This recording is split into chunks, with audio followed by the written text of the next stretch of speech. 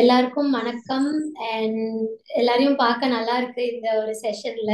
இன்னைக்கு டாபிக் என்னன்னு பாத்தீங்கன்னா அட்டாச்மெண்ட். ஸோ இந்த அட்டாச்மெண்ட் அப்படின்ற வேர்ட், அதாவது தமிழ்ல நம்ம பற்றுன்னு சொல்றோம் இல்லையா? ஸோ இது நம்மளுக்கு ரொம்ப தெரிஞ்ச வேர்டு தான், ரொம்ப ஃபெமிலியரான வார்த்தை தான். அட்டாச்மெண்ட்னா ஒரு இணையத்தோட இருப்போம் அப்படின்னு இருப்போம், அண்ட் ரொம்ப கனெக்டடா இருப்போம் அப்படின்றத நம்மளுக்கு தெரிஞ்சது. ஸோ ஃபர்ஸ்ட் சொன்ன மாதிரி அட்டாச்மெண்ட் அப்படின்னா பற்று. ஸோ இது நம்ம என்ன நினைச்சிட்டு இருக்கோம், அட்டாச்மெண்ட் அப்படின்றது ஜஸ்ட் ஒரு ஒற்றுமை, இல்லைன்னா எல்லாரும் கூட சேர்ந்து இருக்கிறது, நம்ம கூட நம்ம சேர்ந்து இருக்கிறது அப்படின்னு தான் நினைப்போம். பட் அட்டாச்மெண்ட் அப்படின்னா ஒரு இப்போ நம்ம பாடி மேல நம்ம அட்டாச்சா இருக்கோம் அப்படின்னு வச்சுக்கோங்களேன். அது சஃபரிங்ல இருக்கு, இல்லைன்னா ஒரு உடம்பு சரியில்லாம இருக்கு அப்படின்னா நம்மளுக்கு ஒரு துக்கம் மாதிரி வந்துடும். அது எதனாலனா அட்டாச்மெண்ட். ஸோ அட்டாச்மெண்டோட உண்மையான மீனிங் அப்படி என்ன அப்படின்னா, அட்டாச்மெண்ட்ல இருந்துட்டு டிட்டாச்மெண்ட் நம்ம ஃபாலோ பண்ணணும். ஸோ இது எப்படின்னு பார்த்தீங்கன்னா, நம்ம டே டு டே லைஃப்ல இந்த உலகத்துல வாழ்றோம், நிறைய லேர்ன் பண்றோம், இந்த பாடியோட நிறைய கர்மங்கள் செய்யறோம், நிறைய புது விஷயங்கள் நம்ம மண்டையில ஏத்திக்கிறோம், நிறைய எக்ஸ்பீரியன்ஸ் பண்றோம், நிறைய புது புது திங்ஸை தெரிஞ்சுக்கிட்டு இருக்கோம். ஸோ இதனால எங்கேயோ நம்மளுக்கு தெரியாம ஒரு அட்டாச்மெண்ட் அப்படின்றது கிரியேட் ஆயிடும், நம்ம பாடி மேலேயோ, இல்லைன்னா நம்மளுக்கு பிடிச்ச திங்ஸ் மேலேயோ, இல்லைன்னா நம்ம ரிலேஷன்ஷிப்ஸ்லயோ. இந்த மாதிரி நிறைய விதவிதமான அட்டாச்மெண்ட்ஸ் இருக்கு, அது நம்ம நெக்ஸ்ட் தான் பார்க்க போறோம். ஸோ இந்த அட்டாச்மெண்ட்ல டிட்டாச்மெண்ட்னா என்னன்னு பார்த்தீங்கன்னா, இப்போ என்னுடைய பாடி இருக்கு, இது என்னுடைய பாடி எனக்காக தான் இருக்கு அப்படின்றத விட, நான் ஒரு சோல். இந்த பாடியை எடுத்துக்கிட்டு லைஃப்ல எக்ஸ்பீரியன்ஸ் பண்ண இந்த பாடியை எடுத்துட்டு நான் இங்க வந்தேன் அப்படின்னு புரிஞ்சுக்கிறது அட்டாச்மெண்ட்ல டிட்டாச்மெண்ட். ஆனா இதுதான் என்னுடைய பாடி, இது எனக்கு தான் இருக்கு, இதுக்கு எதுவுமே ஆகக்கூடாது, இறந்தே போகக்கூடாது அப்படி எல்லாம் நினைக்கிறது அட்டாச்மெண்ட். ஸோ அது இருக்கக்கூடாது. நம்ம ஒரு சோல் இந்த பாடியை எடுத்து வந்திருக்கோம் அப்படின்றது தான் அட்டாச்மெண்ட்ல டிட்டாச்மெண்ட். நம்மளுக்கு தெரியும் இது நம்மளுதுதான், நம்ம ஒரு ஜேர்னிக்காக வந்திருக்கோம் அப்படின்னு. பட் எங்கேயோ நம்ம அந்த லைன் நம்மளுக்கு தெரியும். So that is what is called அட்டாச்மெண்ட்ல டிட்டாச்மெண்ட். இதுக்கு எக்ஸாம்பிள் என்ன சொல்றாங்க அப்படின்னா, கிருஷ்ணரை சொல்றாங்க. எப்படின்னா தாமரை இலை தெரியும் எல்லாருக்கும். ஸோ அந்த தாமரை இலை மேல தண்ணீர் சொட்டு இருக்கிற மாதிரி அப்படின்னு சொல்லுவாங்க. எதுக்கு அப்படின்னா, தாமரை இலை மேல தண்ணீர் சொட்டு நிக்காது. இப்போ மத்த இலை இல்லைன்னா பூக்கள் மேல பாத்தீங்கன்னா அந்த தண்ணீர் சொட்டு அப்படியே சேர்ந்து இருக்கும். பட் தாமரை மேல அந்த தண்ணீர் சொட்டுன்றது இருக்காது, அது மூவ் ஆயிட்டே இருக்கும், ரொட்டேட் ஆயிட்டே இருக்கும், ஒரு இடத்துல இருக்காது. அண்ட் அது சேர்ந்து இருந்த மாதிரி இருக்காது, தனியா ஒரு பால் மாதிரி தான் தெரியும் அந்த தண்ணீர் சொட்டு.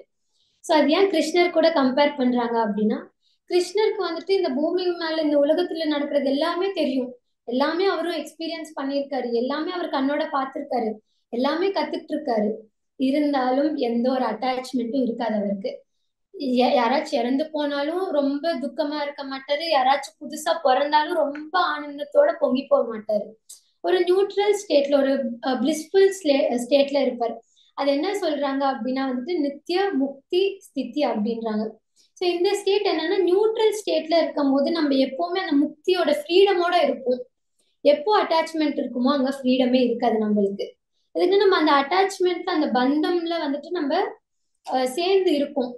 But neutral state, okay, attachment plus டிட்டாச்மெண்டோட இருக்கும்போது, நம்ம அந்த நியூட்ரல் ஸ்டேட்ல இருக்கும்போது அப்பதான் நம்மளால இந்த முக்தி அப்படின்றது அடைய முடியும் அப்படின்னு நம்ம தெரிஞ்சுக்கலாம். ஸோ இதுல அட்டாச்மெண்ட்ல இவ்வளோ விதமான அட்டாச்மெண்ட்ஸ் இருக்கா அப்படின்னு இப்போ நீங்க தெரிஞ்சுக்க போறீங்க. ஸோ ஒன்னா நம்ம பார்த்துட்டு வரலாம். ஸோ ஃபர்ஸ்ட் ஒன் நம்ம பார்த்த மாதிரி அட்டாச்மெண்ட் வித் பாடி. ஸோ நம்ம பிறந்தோடனே என்ன நினைப்போம், ஓகே நம்ம பிறந்துட்டோம், இதுதான் நம்ம பாடி, இதுதான் நம்மளுடைய ரியல் அப்பியரன்ஸ். பிகாஸ் நிறைய பேருக்கு ஸ்பிரிச்சுவாலிட்டிலாம் தெரியாது, சோல் இருக்குன்ற விஷயமே இப்பதான் நிறைய அவேர்னஸ் இருக்கு. பட் நார்மலா ஒருத்தரை போய் நீங்க யாரு அப்படின்னா, நான் ஒரு மனுஷன் அப்படின்னு தான் சொல்லுவேன், நம்ம சோல் அப்படின்னு சொல்ல மாட்டோம் இல்லையா? ஸோ அந்த பாடிக்கு தான் ரொம்ப முக்கியத்துவம் கொடுக்குறோம் நம்ம. ஸோ இந்த பாடியோட நம்ம ரொம்ப அட்டாச்சா இருக்கும். இந்த பாடி எனக்காக தான் இருக்கு, இதை நான் நல்லா பார்த்துக்கணும், அண்ட் இதுக்கு டெத் அப்படின்றது இருக்கக்கூடாது, அந்த பயம் அப்படின்றது வரும். எதனால? அட்டாச்மெண்ட் இருக்கிறதுனாலதான் நம்மளுக்கு இந்த பாடி இறந்து போகுது, இல்லைன்னா ஒரு நோய் வரப்போகுது, இல்லைன்னா ஒரு சஃபரிங் இருக்கு இந்த பாடிக்கு அப்படின்னு தெரியறப்போ ஒரு துக்கம் அப்படின்றது வரும். ஏன்னா நம்ம ரொம்ப அட்டாச்மெண்ட் ஸ்டேட்ல இருக்கோம்.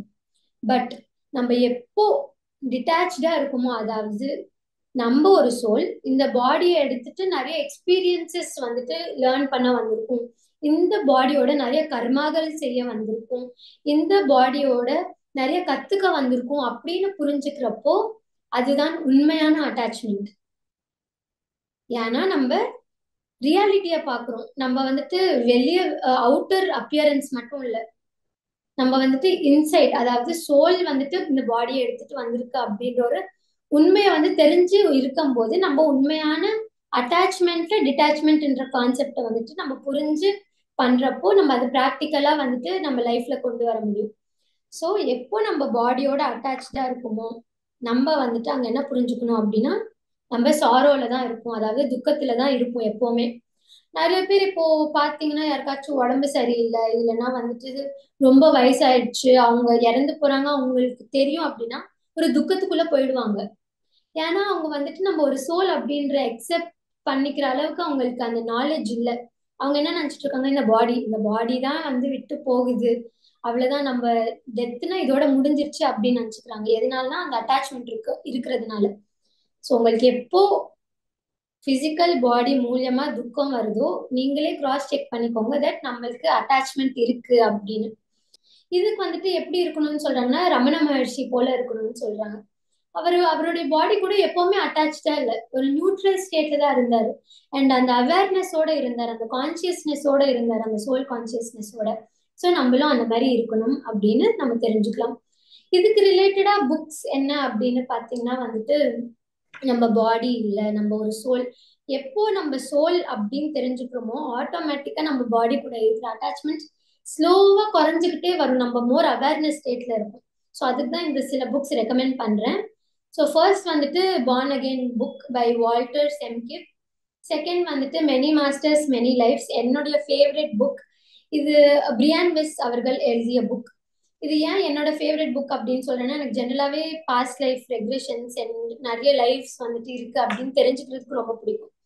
ஆனா இதுல வந்துட்டு டெத்து பத்தியும் அவ்வளோ அழகா சொல்லியிருக்காங்க. இந்த பாடி மேல நம்மளுக்கு எப்படி அந்த ஒரு மோகம் இல்லாம இருக்கணும், டெத் அப்படின்றது it's just a cycle for the physical body not for the soul.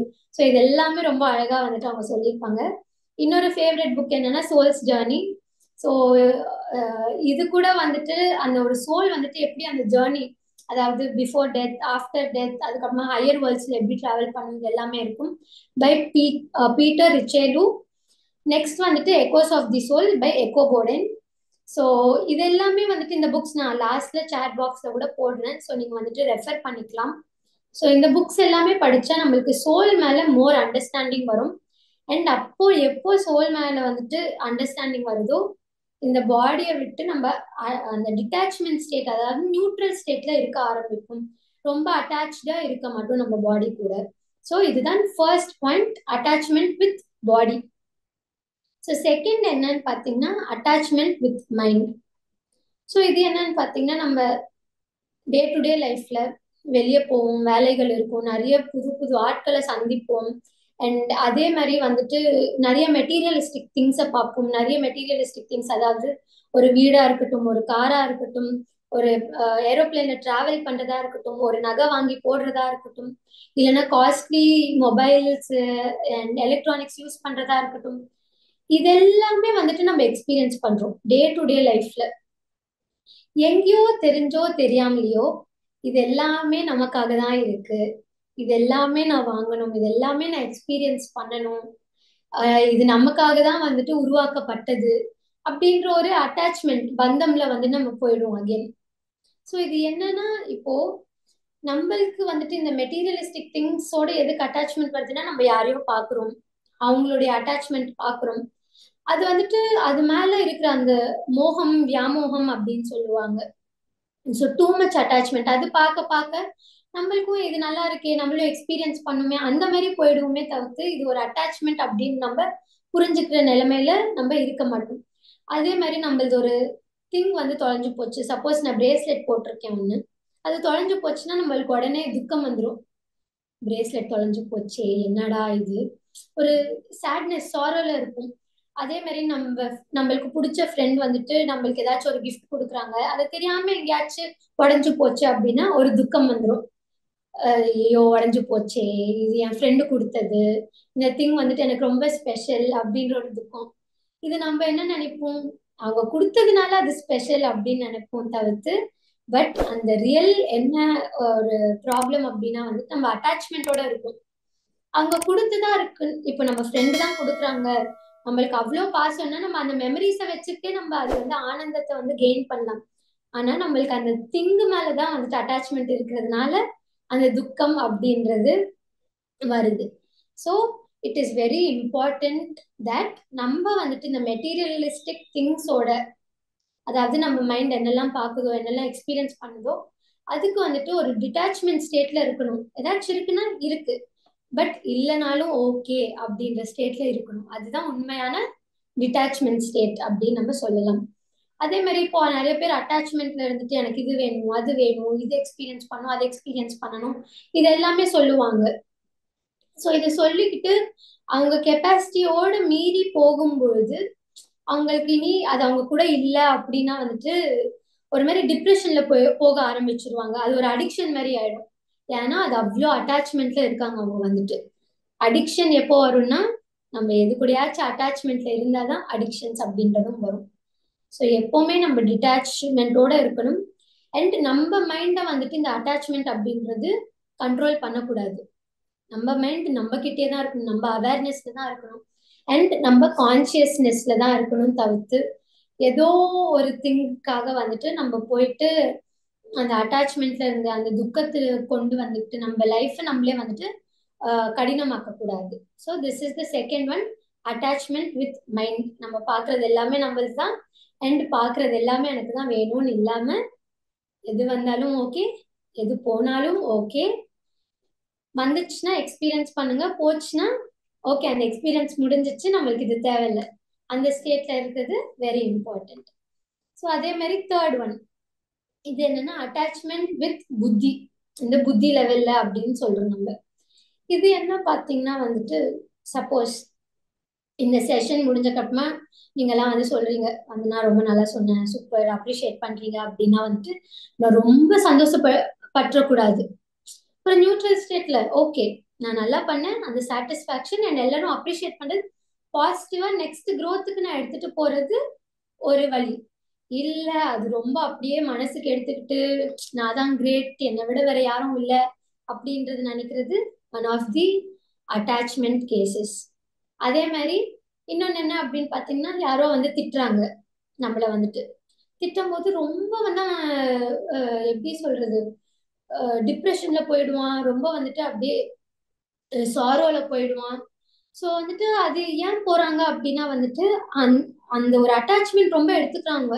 Okay இவங்க வந்துட்டு நல்லா இல்லை, இல்லை திட்டுனாங்க அப்படின்னா வந்துட்டு அது நம்மளுக்கு தான் சொன்னாங்க, நம்ம எதுக்குமே லாய்க்கு இல்லை, இந்த மாதிரி நம்ம போயிடுவோம் மைண்ட். எதனாலனா அதுவும் ஒரு அட்டாச்மெண்ட் தான். ரொம்ப சந்தோஷம் வந்துட்டு ரொம்ப ஹெட்வெயிட்டோட போயிட்டா கூட அது ஒரு அட்டாச்மெண்ட். அதே மாதிரி யாராச்சும் திட்டுனாங்களோ இல்லைன்னா வந்துட்டு நம்ம லைஃப்ல அவுட்கம்ஸ் இருக்கும், நம்ம லைஃப் எப்பவுமே ஸ்மூத்தா ஸ்ட்ரெயிட் கிராஃப்ல இருக்காது, அப் அண்ட் டவுன்ல தான் இருக்கும். எதர் சக்சஸ் ஃபெயிலியர் குட் பேட் எல்லாமே டியூவாலிட்டியில தான் இருக்கும் நம்ம. ஸோ எதுவா இருந்தாலும் நம்ம நியூட்ரல் ஸ்டேட்ல இருந்தா நம்ம அட்டாச்மெண்ட்ல டிட்டாச்மெண்ட் ஃபாலோ பண்றது அர்த்தம். இல்ல நம்ம சக்சஸ் வந்தா ரொம்ப பொங்கி பொருளி, அதே மாதிரி ஃபெயிலியர் வந்தா ரொம்ப துக்கத்துல போயிட்டு ஒரு மாதிரி எனக்கு இந்த உலகத்தையே ஃபேஸ் பண்ண வேணாம் அப்படின்னு போறது, இந்த ரெண்டுமே ஒரு விதமான அட்டாச்மெண்ட் தான்.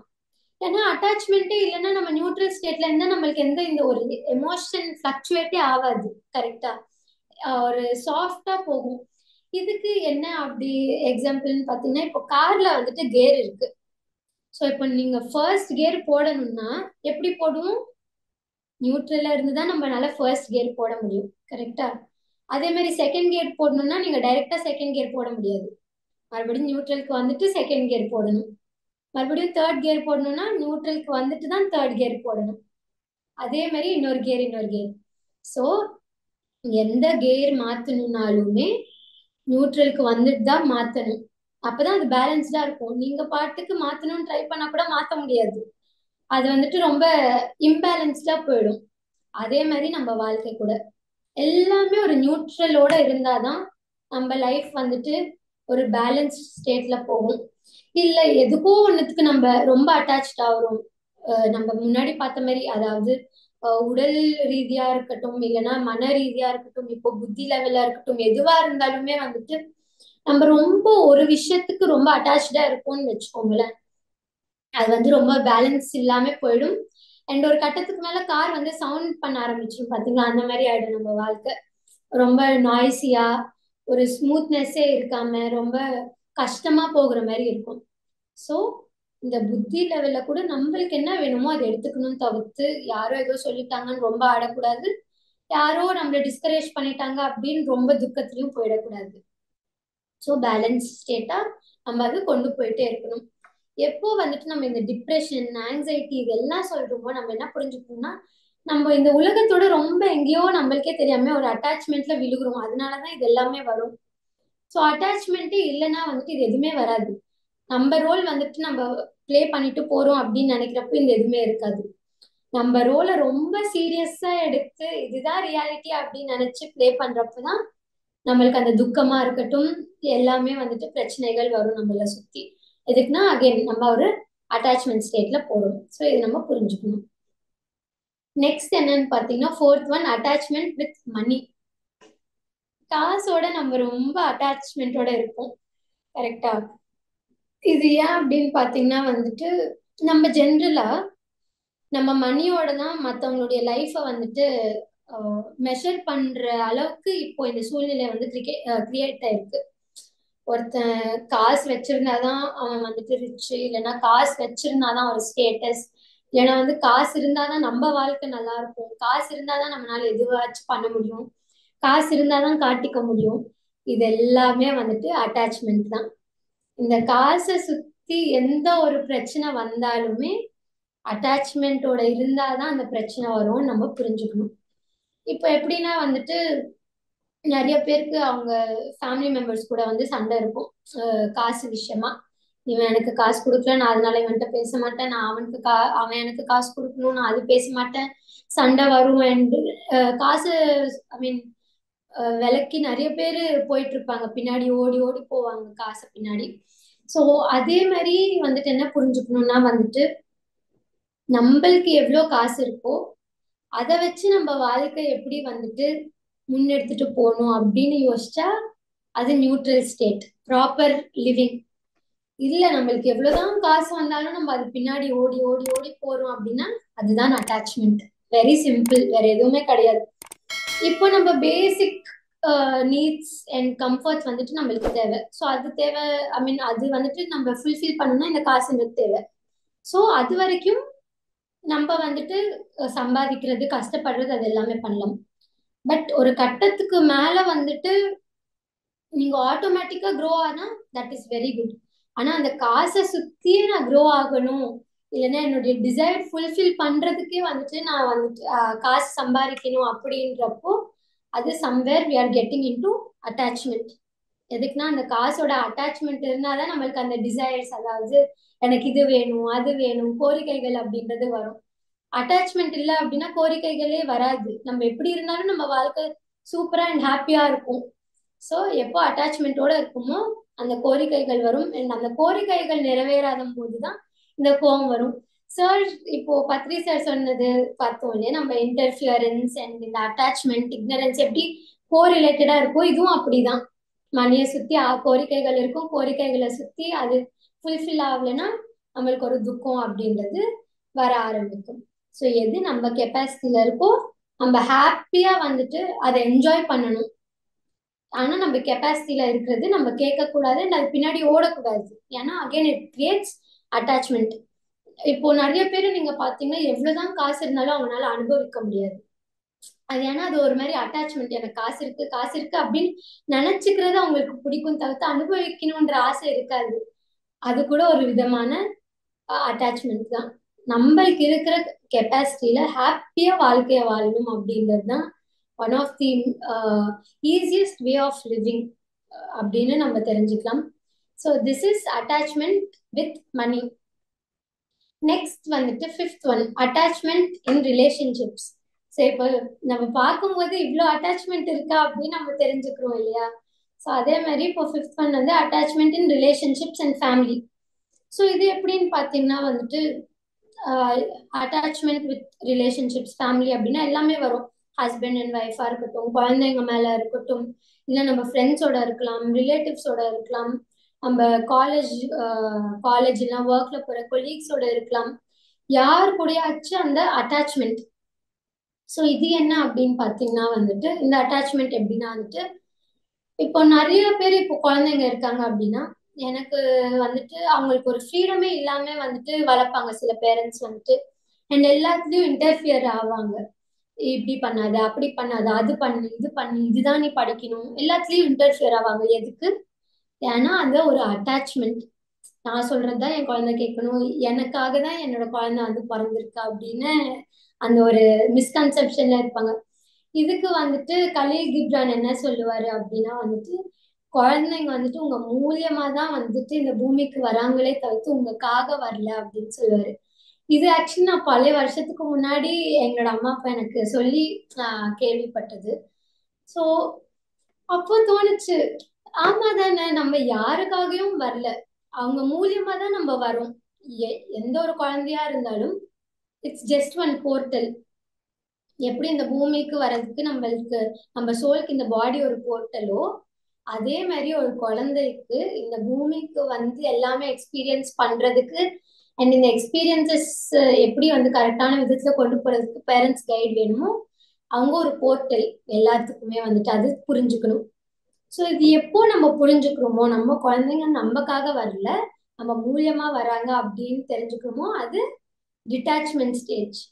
ஆனா நமக்காக தான் வராங்க, நமக்காக தான் இவங்க சம்பாதிக்கணும், நமக்காக தான் இவங்க வந்துட்டு வாழ்க்கை வாழணும், நம்மளுக்கு பிடிச்சதான் இவங்க பண்ணணும், இல்ல எல்லாத்துலயும் இன்டர்ஃபியர் பண்றது, நீ அந்த கோர்ஸ் பண்ணாத, டாக்டர் படி, இல்ல நீ இன்ஜினியரிங் படி, உனக்கு பிடிச்சது நீ பண்ணாத, இப்படின்றது இன்டர்ஃபியரிங் பண்றது எதனால வரும்னா அட்டாச்மெண்ட் இருந்தாதான் இன்டர்ஃபியரன்ஸ் வரும். இப்பதான் பத்ரி சார் சொன்ன நம்ம அந்த ஸ்பீச் கேள்விப்பட்டோம். ஸோ எப்போ அட்டாச்மெண்ட்டோட இருக்குமோ அந்த ஒரு மாதிரி கண்மூடித்தனம் வந்துடும். எஸ்பெஷலி இந்த ரிலேஷன்ஷிப்ஸ் அண்ட் இந்த ஃபேமிலி இந்த டாபிக்ல வந்துட்டு கண்மூடித்தனம் வந்துடும். நம்ம ஒரு அட்டாச்மெண்ட்ல இருக்கும்போது நம்மளுக்கு பிடிச்சவங்க என்ன தப்பு பண்ணாலும் நம்ம வந்துட்டு கண்டிக்க மாட்டோம். அவன் கரெக்டு தான், நீ தான் தப்பான ரூட்ல வந்து இப்போ நம்ம வண்டியில போறோம், சப்போஸ் என்னோட அப்பா ஓட்டுறாரு, நான் ரொம்ப அட்டாச்சா இருக்கேன் என் அப்பா கூட, அதாவது அந்த ரொம்ப கண்மூடித்தனமா இருக்கேன், எனக்கு அந்த ரியாலிட்டியே தெரிய மாட்டேங்குது அப்படின்னு இருக்கும்போது என் அப்பாவே தப்பான ரூட்ல போனா கூட நான் வந்துட்டு எதிர்த்தா வரவனை தான் கம்ப்ளைண்ட் பண்ணேன், நீ தான் தப்பா வந்திருக்கே, நீ என்ன இப்படி வந்திருக்கே, நாங்க கரெக்டா தான் போறோம் அப்படின்னு. எதனால? அதாவது அட்டாச்மெண்ட்னாலதான் நம்ம வந்துட்டு இந்த மாதிரி பண்ணுவோம். அதே மாதிரி நம்ம ஃப்ரெண்ட்ஸ் கிட்ட நிறைய பேருக்கு வந்துட்டு இப்ப எனக்கு ஒரு பெஸ்ட் ஃப்ரெண்ட் இருக்கா அப்படின்னு வச்சுக்கோங்களேன். ஸோ அந்த பெஸ்ட் ஃப்ரெண்ட் சின்ன வயசுல இருந்து நானும் அவளும் சேர்ந்து பழகிருக்கும். பெருசானக்கப்புறமா அவளுக்கு இன்னும் நிறைய ஃப்ரெண்ட்ஸ் வராங்க, அவங்க கூட கொஞ்சம் சுத்திட்டு இருக்கா அண்ட் க்ளோஸா இருக்கா அப்படின்னா நம்மளுக்கு இங்க வயிற்றுச்சல் வந்துடும். இவ என்னடா ஒரு மாதிரி ஜெலஸ் வந்துடும், இவ என்ன நம்மளோட ஃப்ரெண்டு, அவ கூட எல்லாம் சுத்துறா ரொம்ப க்ளோஸா, நம்ம கூட மட்டும்தானே க்ளோஸா இருக்கணும், அவங்க கூட எல்லாம் எப்படி போவா, அண்ட் எப்பவுமே நம்ம பத்தி தானே எல்லார்கிட்டயும் பேசணும், இந்த மாதிரி ஒரு எக்ஸ்பெக்டேஷன் வந்துடும். எதனாலனா அட்டாச்மெண்ட்னாலதான். அந்த அட்டாச்மெண்ட் இருக்கிறப்போ என்ன ஆகும் அப்படின்னா அவ ஜென்ரலா தான் இருக்கா எல்லாரு கூடயும், ஒரு ஃப்ரெண்ட் நம்ம கூட எப்படி பழகுறாளோ மத்த ஃப்ரெண்ட்ஸ் கூடயும் அப்படிதான் பழகுறா. ஆனா அந்த அட்டாச்மெண்ட் அப்படின்ற ஃபீலிங் இருக்கிறதுனால நம்மளுக்கு அது பிடிக்காம போயிடும். அண்ட் அங்க இருந்துதான் எல்லா பிரச்சனை ஸ்டார்ட் ஆகும். நீ என்ன அவன் கூட பேசுற, நீ என்னோட ஃப்ரெண்டா கிடையாதா, இப்படி இப்படி பெருசாயிடும். ஸோ நம்ம என்ன புரிஞ்சுக்கணும் அப்படின்னா இந்த அட்டாச்மெண்ட் தான் எல்லாத்துக்குமே வந்துட்டு ரூட் காஸ். ஜெலஸா இருக்கட்டும், இல்லைன்னா இன்டர்ஃபியரன்ஸா இருக்கட்டும், இல்லைன்னா கண்மூடித்தனமா இருக்கட்டும், எதுவா இருந்தாலும் இந்த அட்டாச்மெண்ட் தான். அதே மாதிரி நம்ம இந்த சொசைட்டில எஸ்பெஷலி குழந்தைங்களை வந்துட்டு கொண்டு வரப்போ அண்ட் வளர்க்குறப்போ இந்த சொசைட்டிக்கு யூஸ்ஃபுல்லா நம்ம வந்துட்டு வளர்க்கணும் அவங்கள. இது ஏன் சொல்றேன் அப்படின்னா வந்துட்டு எப்போ நம்ம டிட்டாச்மெண்ட் அண்ட் நியூட்ரல் ஸ்டேட்ல இருக்குமோ அப்பதான் நம்ம வந்துட்டு சொசைட்டிக்கு யூஸ்ஃபுல்லா நம்மனால வந்துட்டு குழந்தைய வளர்க்க முடியும். எப்போ நம்ம ரொம்ப அட்டாச்சா என்னோட குழந்தை எனக்கு ஐ மீன் எங்களுக்கு வந்துட்டு ரொம்ப பொக்கிஷமா இருக்கு அப்படி இப்படின்னு நம்ம ரொம்ப அட்டாச்மெண்ட்டோட இருக்கோமோ அப்போ வந்துட்டு நம்ம சொசைட்டிக்கு யூஸ்ஃபுல்லா வளர்க்கவே முடியாது. எதுக்குன்னா நம்ம மைண்ட் செட் வந்துட்டு அது ஒரு மாதிரி ஃப்ரீக்வன்சி வந்துட்டு நம்ம அட்ராக்ட் பண்ண முடியாது. ஸோ அட்டாச்மெண்ட் எந்த லெவலுக்கு இருக்கணுமோ அந்த லெவலுக்கு இருக்கணும். நீங்க கேட்கலாம், இப்போ ஹஸ்பண்ட் அண்ட் ஒய்ஃப் இல்ல குழந்தைங்க மேல அட்டாச்மெண்ட் இல்ல நம்ம எப்படி ஒரு ஃபேமிலியை ரன் பண்றது, இல்ல ஒரு ரிலேஷன்ஷிப் மெயின்டைன் பண்ணணும்னா அந்த அட்டாச்மெண்ட் தானே முக்கியம் அப்படின்னு. எஸ், அட்டாச்மெண்ட் இருக்கணும். பட் எவ்வளவு இருக்கணுமோ அவ்வளவுதான் இருக்கணும். நம்ம வந்துட்டு எல்லா விதத்திலுமே கைட் பண்ணி விட்டுறணும். So that is called attachment in detachment. But எப்போ நம்ம வந்துட்டு கைட் பண்ணாம கான்ஸ்டன்டா இன்டர்ஃபியர் பண்ணிட்டு இருக்குமோ அப்பதான் வந்துட்டு அது அட்டாச்மெண்ட் அப்படின்னு சொல்லுவோம். ஸோ இதுக்கு எக்ஸாம்பிள் என்ன அப்படின்னா வந்துட்டு திருதராஷ்டர் நம்ம எல்லாருக்குமே தெரியும். ஸோ இவர் பாத்தீங்கன்னா வந்துட்டு அப்பா, துரியோதனர் வந்துட்டு அவருடைய மகன், சன். ஸோ அவருக்கு வந்துட்டு திருதராஷ்டருக்கு துரியோதனர் மேல வந்துட்டு ரொம்ப கண்மூடித்தனம். அவருக்கு ஃபர்ஸ்ட் ஆண் குழந்தை, ரொம்ப பெட்டான குழந்தை.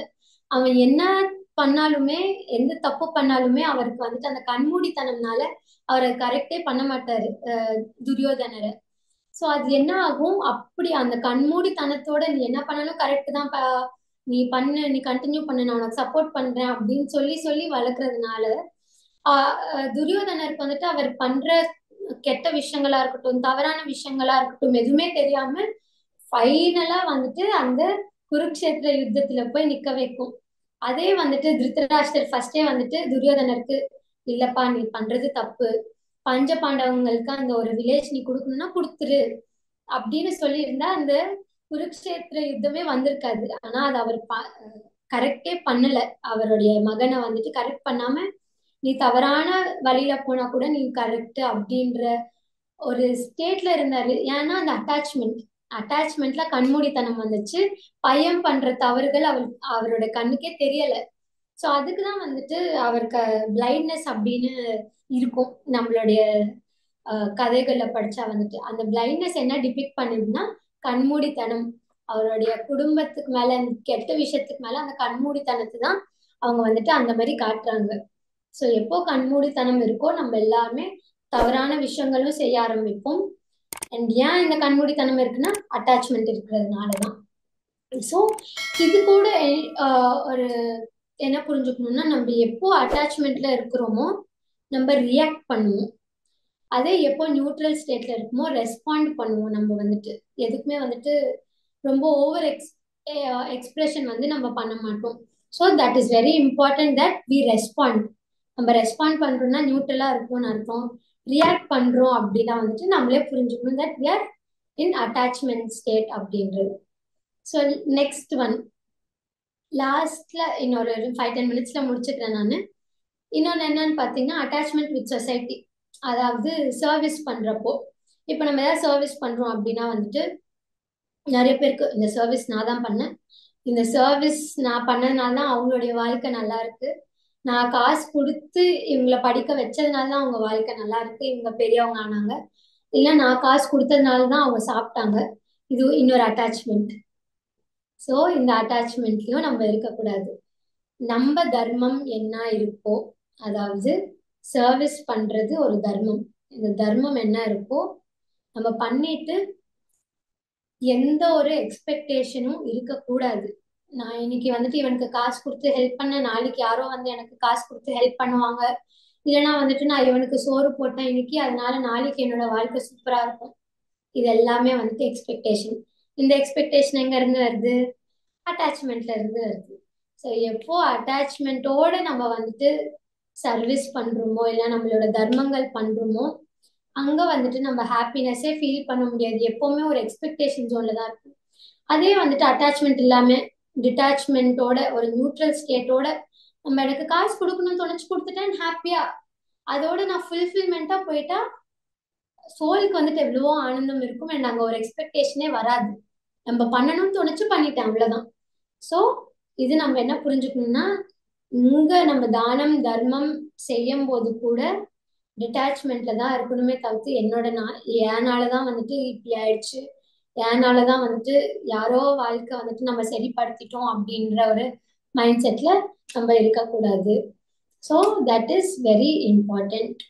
ஸோ இப்போ லாஸ்ட் ஸ்டேஜஸ்ல வந்துட்டோம் இந்த அட்டாச்மெண்ட் டாபிக்ல. இப்போ நிறைய பேருக்கு வந்துட்டு ஒரு கொஸ்டின், இந்த கொஸ்டின்ஸ் ஒரு 4 கொஸ்டின் சொல்றேன். என்னன்னா, இந்த பாடி தான் எந்து, இந்த உலகத்துல இருக்கிறது எல்லாமே எந்துதான், எனக்கு தான் எல்லாமே தெரியும். அண்ட் இந்த உலகத்துல இருக்கிறது எல்லாமே எக்ஸ்பீரியன்ஸ் பண்ணதான் நான் வந்திருக்கேன். எல்லாமே நான் எனக்கு அப்படின்னு சுத்தி வர கொஸ்டின்ஸ் இருக்கு இல்லையா, இது எதனால வருது அப்படின்றது நம்ம டக்குன்னு பார்த்துலாம். ஸோ இது எதனால வருதுன்னா, 3 வாசனைகள் இருக்கு. நம்ம எல்லாருக்குமே தெரிஞ்ச 3 வாசனைகள் நம்ம வாழ்க்கையில இருக்கு. அது subconscious or consciously. So first வாசனை என்னன்னு பார்த்தீங்கன்னா உடல் வாசனை. செகண்ட் வாசனை என்னன்னு பார்த்தீங்கன்னா உலக வாசனை. 3வது வாசனை என்னன்னு பார்த்தீங்கன்னா சாஸ்திர வாசனை. நம்ம என்ன கொஸ்டின் போட்டோம், இந்த உடல் எந்து, இந்த உலகத்துல இருக்கிறது எல்லாமே எந்துதான், அண்ட் எனக்கு தான் எல்லாமே தெரியும். இந்த 3 கொஸ்டின் போட்டோமோ, அந்த 3 கொஸ்டினுக்கு ரிலேட்டடா தான் நான் இப்ப சொல்ல போறேன். ஸோ ஃபர்ஸ்ட் நம்ம பார்த்தது உலக வாசனை.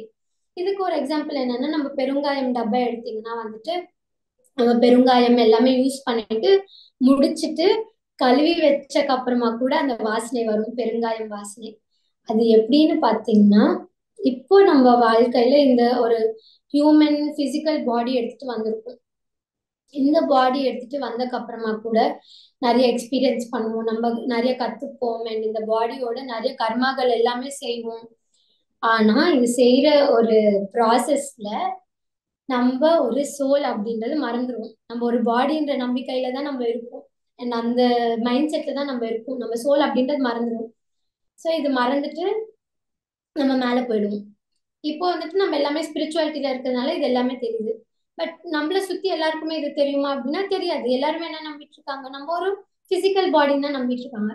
ஸோ அவங்க எல்லாம் எப்படின்னு பாத்தீங்கன்னா வந்துட்டு, இங்க வந்து நம்ம ஒரு பாடி இதெல்லாமே எக்ஸ்பீரியன்ஸ் பண்ணிட்டு இறந்து போயிட்டு நெக்ஸ்ட் பர்த் எடுக்கிறப்போ கூட நம்ம வந்துட்டு இந்த பாடி தான். அதனாலதான் வந்துட்டு அந்த பாடிக்கு அவ்வளவு இம்பார்ட்டன்ஸ் கொடுப்பாங்க. ஏன்னா பல ஜென்மங்களா வந்துட்டு அவங்க ஒரு சோல் அப்படின்னு அவங்க ரியலைஸே ஆக மாட்டாங்க. அவங்க வந்துட்டு ஒரு பாடி, நான் ஒரு பிசிக்கல் பீயிங், அண்ட் இந்த பாடியை தான் நான் ஜாகிரதையா பாத்துக்கணும் அப்படின்னு நினைச்சு பாடிக்கு மட்டும்தான் எல்லாமே பண்றாங்க. அதனாலதான் வந்துட்டு அந்த ஒரு அட்டாச்மெண்ட் இருக்கிறதுனால இந்த ஒரு எப்படி சொல்றது, இந்த ஒரு டிராமால வந்துட்டு அவங்க விழுகுறாங்க. So this is the first one. இந்த பாடி எந்து அப்படின்ற ஒரு அட்டாச்மெண்ட் வருது இல்லையா, இதுதான் காரணம். எதுக்குன்னா அவங்க நிறைய பேர்த்ஸ் எடுத்து கூட அவங்க கத்துக்க மாட்டாங்க that we are souls and not physical bodies. So இதுக்கு தான் அந்த பெருங்காயம் டப்பா சொன்னேன் எக்ஸாம்பிளுக்கு. ஸோ நெக்ஸ்ட் ஒன் என்னன்னு பார்த்தீங்கன்னா லோக வாசனைகள். லோக வாசனைகள்ல என்னன்னு பார்த்தீங்கன்னா, அதே மாதிரி இந்த உலகத்துக்கு வரும் நிறைய இந்த மெட்டீரியலிஸ்டிக் திங்ஸ் வந்துட்டு எக்ஸ்பீரியன்ஸ் பண்ணுவோம். இந்த வாட்ச் போடுறதா இருக்கட்டும், கார்ல போறதா இருக்கட்டும், வீட்டுல இருக்கிறதா இருக்கட்டும், 5 ஸ்டார் ஹோட்டல்ல போய் ஸ்டே பண்றதா இருக்கட்டும், எல்லாமே வந்துட்டு எக்ஸ்பீரியன்ஸ் பண்ணுவோம். பண்ணிட்டு இது எல்லாமே எனக்கு தான், எந்துதான் அப்படின்னு நம்ம செகண்ட் கொஸ்டின் போட்டோம் இல்லையா.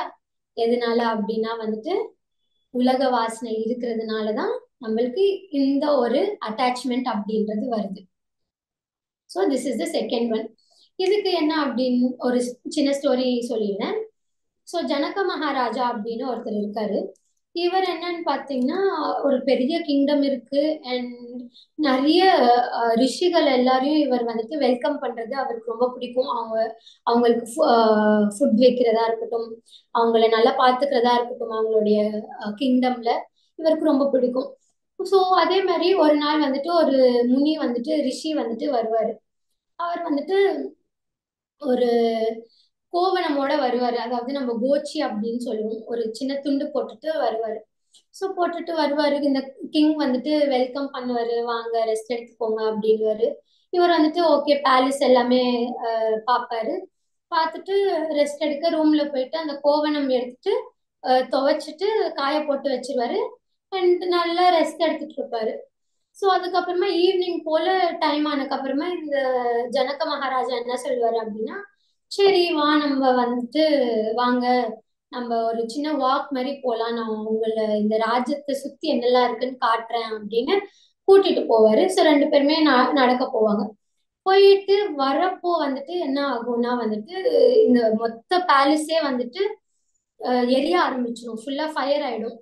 ஸோ எரிய ஆரம்பிச்சோடனே இவர் இந்த முனி என்ன பண்ணுவாரு, ஓட ஆரம்பிப்பாரு. ஐயோ என்னோட கோவணம் உள்ள இருக்கு, அது எனக்கு ரொம்ப லைக் க்ளோஸ், என்னோட ஃபேவரட் ஆனது அப்படின்னு அவரு ஒரு பதட்டத்துல போவாரு.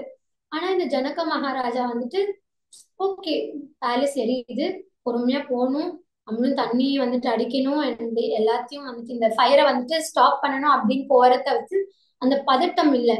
எதுக்கு அப்படின்னா வந்துட்டு அவருக்கு அட்டாச்மெண்ட் இல்ல, அந்த ராஜா பதவி மேல அவருக்கு அட்டாச்மெண்ட் இல்ல, அந்த பேலஸ் மேல அவருக்கு அட்டாச்மெண்ட் இல்ல, அந்த ஒரு கிங்டம் எந்துதான் நான் வந்துட்டு கட்டுன ஒரு சாம்ராஜ்யம், இல்லைன்னா அந்த நகைகள் பொன்கள் ரொம்ப காஸ்ட்லியான லக்ஸூரியஸ் திங்ஸ் எந்துதான் அப்படின்னு ஒரு அட்டாச்மெண்ட் அவருக்கு இல்லவே இல்லை. ஓகே, இவ்வளவு நாள் எக்ஸ்பீரியன்ஸ் பண்ணும், இதுக்கு மேல போகணும்னு இருந்துச்சு, போயிடுச்சு, அந்த மாதிரி இருந்தாரு. ஆனா இவரு எவ்வளவு பெரிய முனியா இருந்தாலும் அவருக்கு அந்த ஒரு அட்டாச்மெண்ட் இருந்தது. ஒரு சின்ன கோவணம் மேல அவருக்கு வந்துட்டு அவ்வளோ ஒரு அட்டாச்மெண்ட், அந்த ஒரு சின்ன ஒரு கிளாத் மேல.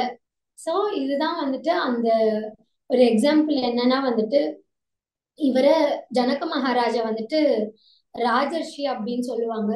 ராஜர்ஷி அப்படின்னா யாருன்னா வந்துட்டு எல்லாமே டியூட்டிஸ் எல்லாம் பார்ப்பாங்க, லைஃப்ல எல்லாமே வந்துட்டு எக்ஸ்பீரியன்ஸ் பண்ணுவாங்க, பட் எதுக்கும் அட்டாச்மெண்ட்டோட இருக்க மாட்டாங்க. ஒரு பேலன்ஸ்டு ஸ்டேட்ல வந்துட்டு அவங்க வாழ்க்கையை வந்துட்டு முன்னெடுத்துட்டு போயிட்டு இருப்பாங்க.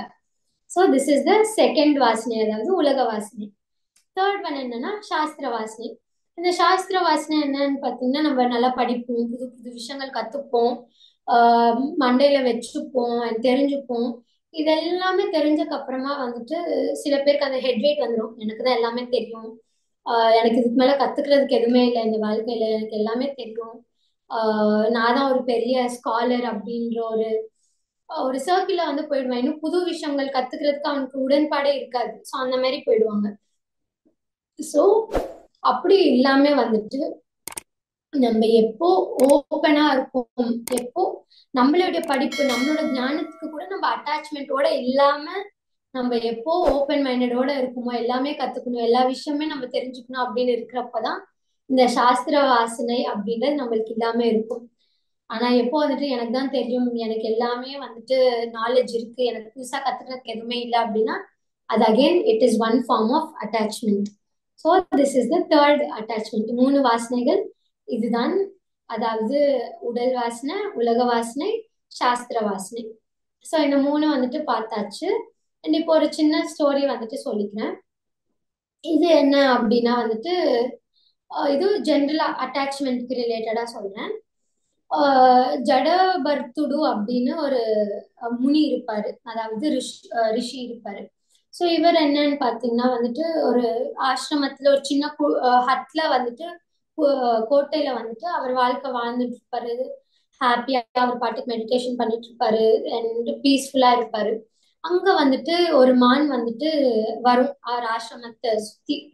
அங்க வந்துட்டு அது என்ன பிரெக்னெண்டா இருக்கு அந்த மான் வந்துட்டு.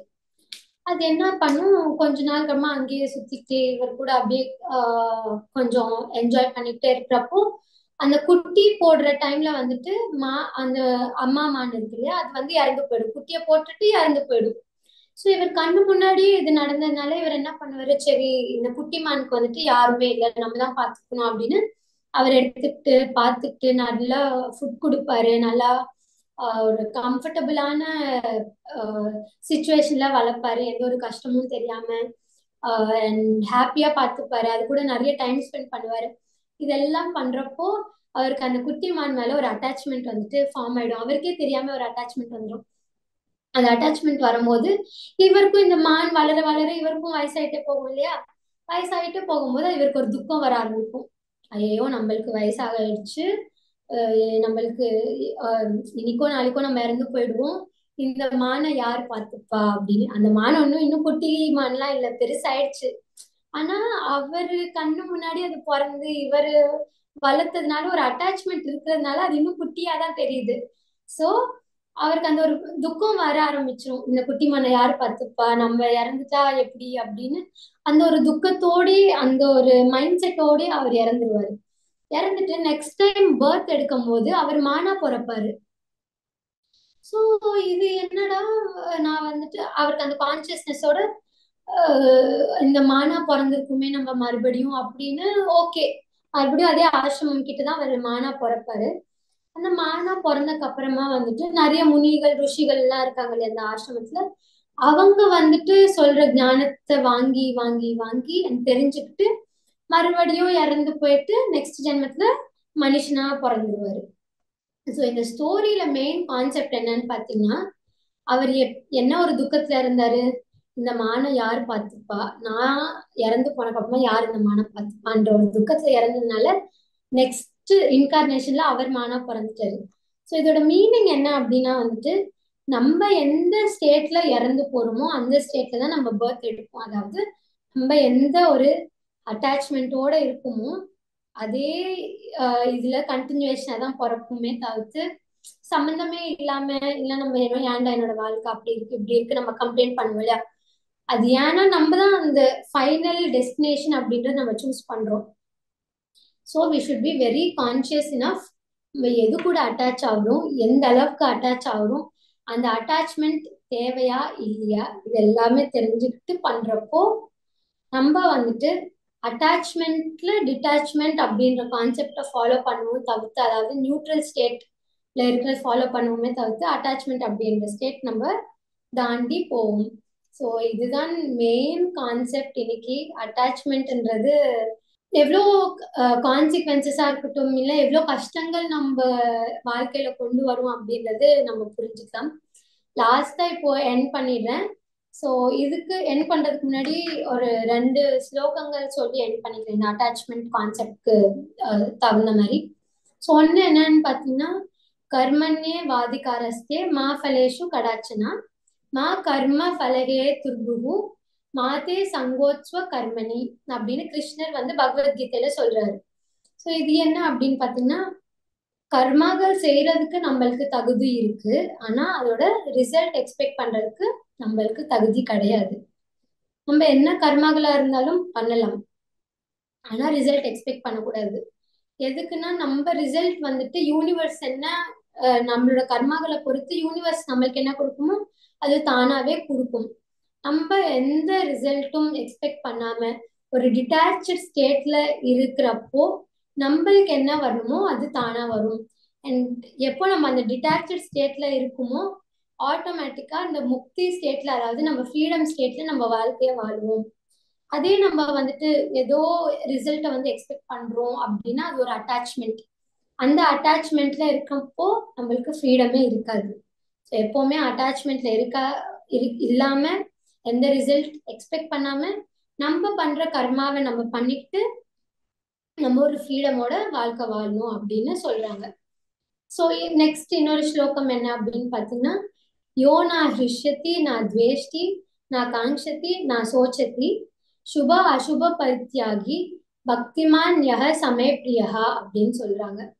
இது என்னன்னு பார்த்தீங்கன்னா, யார் நான் ஹிருஷ்யத்தி அப்படின்னா எது பத்தியும் ரொம்ப ஆனந்தமா ஆயிடாம, நான் துவேஷ்டி எது பத்தியும் ரொம்ப துக்கமா இல்லாம, நான் காங்ஷதி எது பத்தியும் நம்ம தப்பா பேசாம, நான் சோச்சதி எந்த ஒரு டிசைர் அதாவது கோரிக்கைகள் இல்லாம இருக்கிறப்போ, பட் நம்ம பண்ற கர்மாவை பண்ணிட்டு எல்லாமே வந்துட்டு ஒரு நியூட்ரல் ஸ்டேட்ல இருக்கிறப்போ, குட் அண்ட் பேட் இந்த டியூவாலிட்டியில விழுகாம அண்ட் எந்த ஒரு அட்டாச்மெண்ட் இல்லாம இருக்கிறப்போ தான் எனக்கு அந்த மனிதனை தான் ரொம்ப பிடிக்கும் அப்படின்னு கிருஷ்ணர் சொல்றாரு. ஸோ எல்லாத்துக்குமே ஒரு பேலன்ஸ் ஸ்டேட்ல இருக்கிற மனிதனை தான் எனக்கு ரொம்ப பிடிக்கும் அப்படின்னு சொல்றாரு பேசிக்லி. அண்ட் லாஸ்ட் ஸ்லோகம் இதோட நான் முடிச்சுக்கிறேன். இது என்னன்னு பாத்தீங்கன்னா, முக்தோ முக்தாபிமானி முக்தோஹி பத்தோ பத்தாபிமான்யஹி கிம் வதந்தியே சத்யஹேம் யா மதிஹி சர் யா மதிஹி சா கதிர் பவத் அப்படின்னு சொல்றாங்க. இது அஷ்டாவக்கரர் சொல்றாரு. இவர் என்ன சொல்றாருன்னா, முக்தி வேணும் அப்படின்றவங்களுக்கு முக்தி கிடைக்கும், அட்டாச்மெண்ட் அதாவது பந்தம் வேணும் அப்படின்றவங்களுக்கு பந்தம் கிடைக்கும். ஸோ வந்துட்டு நம்ம டிசைட் பண்ணுமோ, முக்தி வேணும்னா அந்த பந்தத்துல இருந்து வெளியே வரணும், அதாவது டிட்டாச்மெண்ட் ஸ்டேட்ல இருக்கணும். இல்ல எனக்கு அட்டாச்மெண்ட்ல இருந்து முக்தி வேணும்னா அது நம்மளுக்கு கிடைக்காது. ஸோ நம்ம புத்தி எப்படி இருக்கோ, நம்மளை சுத்தி நம்ம சுச்சுவேஷனா இருக்கட்டும் ஃபேட்டா இருக்கட்டும் அது கூட அப்படிதான் இருக்கும். ஸோ நம்ம எந்த அட்டாச்மெண்ட் ஸ்டேட்ல இருக்குமோ அந்த ஸ்டேட்டை பொறுத்து தான் நம்ம சுத்தி இருக்கிற சர்க்கம்ஸ்டன்சஸ் எல்லாமே இருக்கும் அப்படின்னு அஷ்டவக்ரர் சொல்றாரு. ஸோ இதுதான் இன்னைக்குடைய கான்செப்ட். கொஞ்சம் நிறைய டைம் எடுத்துக்கிட்டேன் பிகாஸ் நிறைய கவர் பண்ற மாதிரி இருந்துச்சு. So thank you so much.